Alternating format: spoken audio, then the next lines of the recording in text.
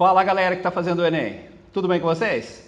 Dando continuidade aqui às nossas aulas com dicas específicas para o Enem, eu estou aqui hoje com o professor Marcos, Sistema Ângulo de Ensino, professor de Geografia, e ele vai passar algumas dicas para vocês da disciplina de Geografia. Pessoal, tudo bem?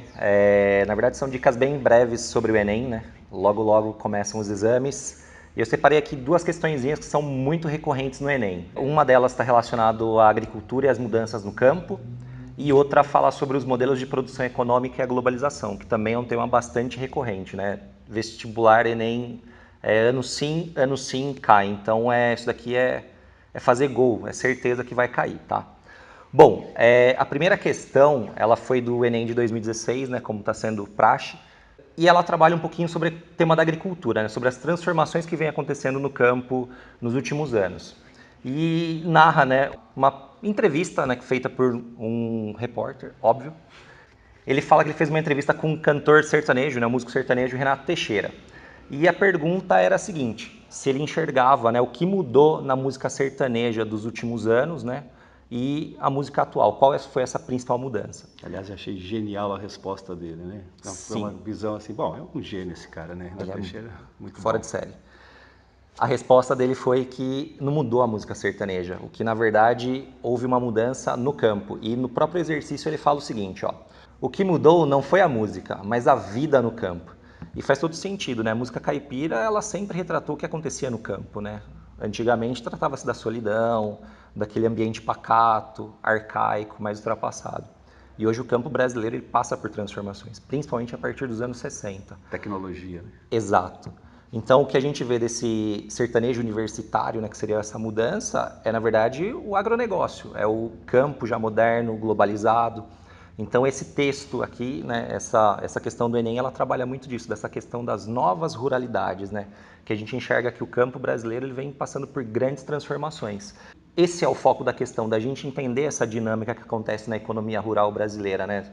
E essa transformação que vem passando com a mecanização na lavoura, com o uso de sementes selecionadas, com o uso de biotecnologia e os transgênicos. Então a gente enxerga grandes mudanças e como consequência a gente vê também a vida do camponês mudando. Então nesse exercício aqui a resposta ela é bastante simples, né? Ele fala justamente sobre a expansão das atividades das novas ruralidades. A letra A, por exemplo, ela é errada, porque ela fala da expansão da produção extensiva. A produção extensiva ela é mais ultrapassada, ela não tem tanta modernidade. Então a gente já elimina uma questão, né? Lembrar dos conceitos de agricultura intensiva e agricultura extensiva, tá?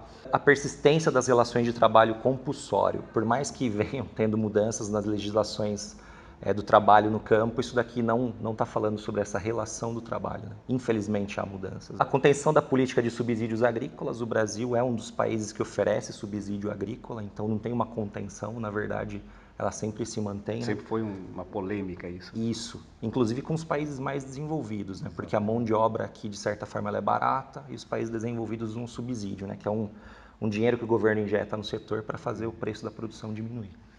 E o fortalecimento do modelo de organização cooperativa. Então a gente imagina, né, que a organização cooperativa ela vem crescendo, só que o agronegócio tem um crescimento maior.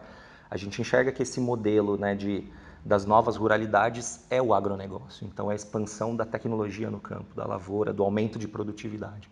Então esse exercício aqui ele trata bastante dessas mudanças e a gente pode identificar como correta então a letra B, a expansão das atividades das novas ruralidades. Certo? Perfeito. Tem mais uma, né? Tem mais uma. Essa daqui também é de outro tema bastante interessante. Ela trata sobre a globalização e os modelos de produção econômica. E ela é bastante pertinente porque é algo recorrente ao brasileiro, né? Fala sobre o que as multinacionais, o que as grandes empresas, elas influenciam no dia a dia, como por exemplo na venda de um simples refrigerante na porta do estádio. Então é bastante interessante, porque tem um trecho aqui que eu vou separar aqui, ó. A mundialização, né, a globalização, ela introduz o aumento da produtividade do trabalho sem acumulação de capital. Então ela fala do trabalhador informal, que ele trabalha, tem um aumento da sua produtividade, só que de fato o trabalhador, o vendedor ambulante de refrigerante nos estádios, ele não tem um aumento de capital. Sim. Quem tem um aumento de capital é a grande empresa, certo? Então ele trabalha do refrigerante. Isso, exatamente. E é bastante interessante, porque ele trabalha justamente a questão da evolução tecnológica das empresas para vender cada vez mais produtos e a exploração do trabalhador, né? Então, é bastante pertinente. E ele dá um exemplo. Os vendedores de refrigerantes das portas dos estádios viram sua produtividade aumentada graças ao just-in-time dos fabricantes e distribuidores de bebidas. O just-in-time é um termo que a gente remonta ao toyotismo, né? Um processo industrial que foi trazido pela Toyota, que trabalhava com estoques, né? A superprodução gerou uma crise, né, com o Fordismo, então houve uma evolução desse modelo na qual é feito sob encomenda a produção. E é justamente o que a gente enxerga, este just-in-time dentro dos estádios é a venda por encomenda, certo? E o que a gente vê é que a gente tem algumas alternativas que podem gerar uma certa dúvida. E em geografia a gente tem que ficar bastante esperto, porque uma palavra-chave, uma vírgula, né, Altemir, ela pode fazer toda a diferença, tá? Então vamos lá, ó. Ele destaca na questão justamente essa parte das questões de emprego, né, do trabalhador informal e da acumulação de capital das empresas, enquanto o trabalhador informal, ele praticamente não tem ganho, não tem um acúmulo de capital. Certo. Então olha lá, os aspectos do texto, ele pede para a gente ver quais foram essas transformações aqui, né? Primeiro, a crise bancária e o fortalecimento do capital industrial. Pô, ele não cita a crise bancária no texto, então isso daqui a gente pode automaticamente descartar. O que daria uma dúvida é essa letra B, olha lá, a inovação toyotista, que é esse just-in-time, né, que é a produção no tempo certo por encomenda, e a regularização do trabalho formal. Mas é que tá. A segunda parte. Exato. Ela elimina já a questão que o trabalho do vendedor de refrigerantes é informal, né? Não existe a formalidade, não tem essa regularização. É um detalhe, né? Se ele não prestar atenção no detalhe da palavra, ele pode cair Exatamente. Ele pega lá just-in-time, o toyotismo é essa. Quando, na verdade, o que a gente vê é o impacto da tecnologia, certo? A mudança do processo de produção das empresas, um sistema por encomenda e as modificações na estrutura produtiva. Ou seja, se eu mudo o modelo de produção industrial, eu mudo a estrutura produtiva. E eu, claro, exploro o trabalhador, principalmente esse informal, que tem um ganho mínimo de capital, enquanto que as grandes empresas, as grandes corporações, elas acabam ficando com todo lucro. A letra dele fala a emergência da globalização, de fato tem uma emergência da globalização, a gente vê esse mercado global, só que a expansão do setor secundário ele deixa de existir, né? Porque com a globalização e a modernização das indústrias, a gente tem um desemprego, né? Porque as máquinas, os robôs, elas fazem a função do trabalhador e muitos desses vão sim para o setor terciário, que esse trabalhador informal ele faz parte desse setor terciário, né? Que é o prestador de serviço e o comércio, tá? E a diminuição do tempo de trabalho e a necessidade do diploma superior. Um trabalhador informal ele não necessita do diploma superior e a diminuição do tempo de trabalho é o oposto, né? Ele trabalha cada vez mais, ele fala o aumento da produtividade do trabalho, quer dizer que nesse sentido a produtividade do trabalhador informal ela é vista como trabalhar mais, porque se ele vende mais, se ele trabalha mais, então o aumento da produtividade está relacionado com um aumento do tempo de trabalho. Certo? Então a resposta correta novamente é a letra C, de certo. Legal. Beleza? Muito bom, Marcos. Muito claro, né? Muito objetivo. E, digamos assim, para alguma coisa específica que o aluno tem que ficar atento na prova de geografia? Tá. Dentro da prova de geografia, ela é bastante intertextual, né? Ela trabalha com muitos gráficos, com bastante imagens, muitas tirinhas são vistas no Enem.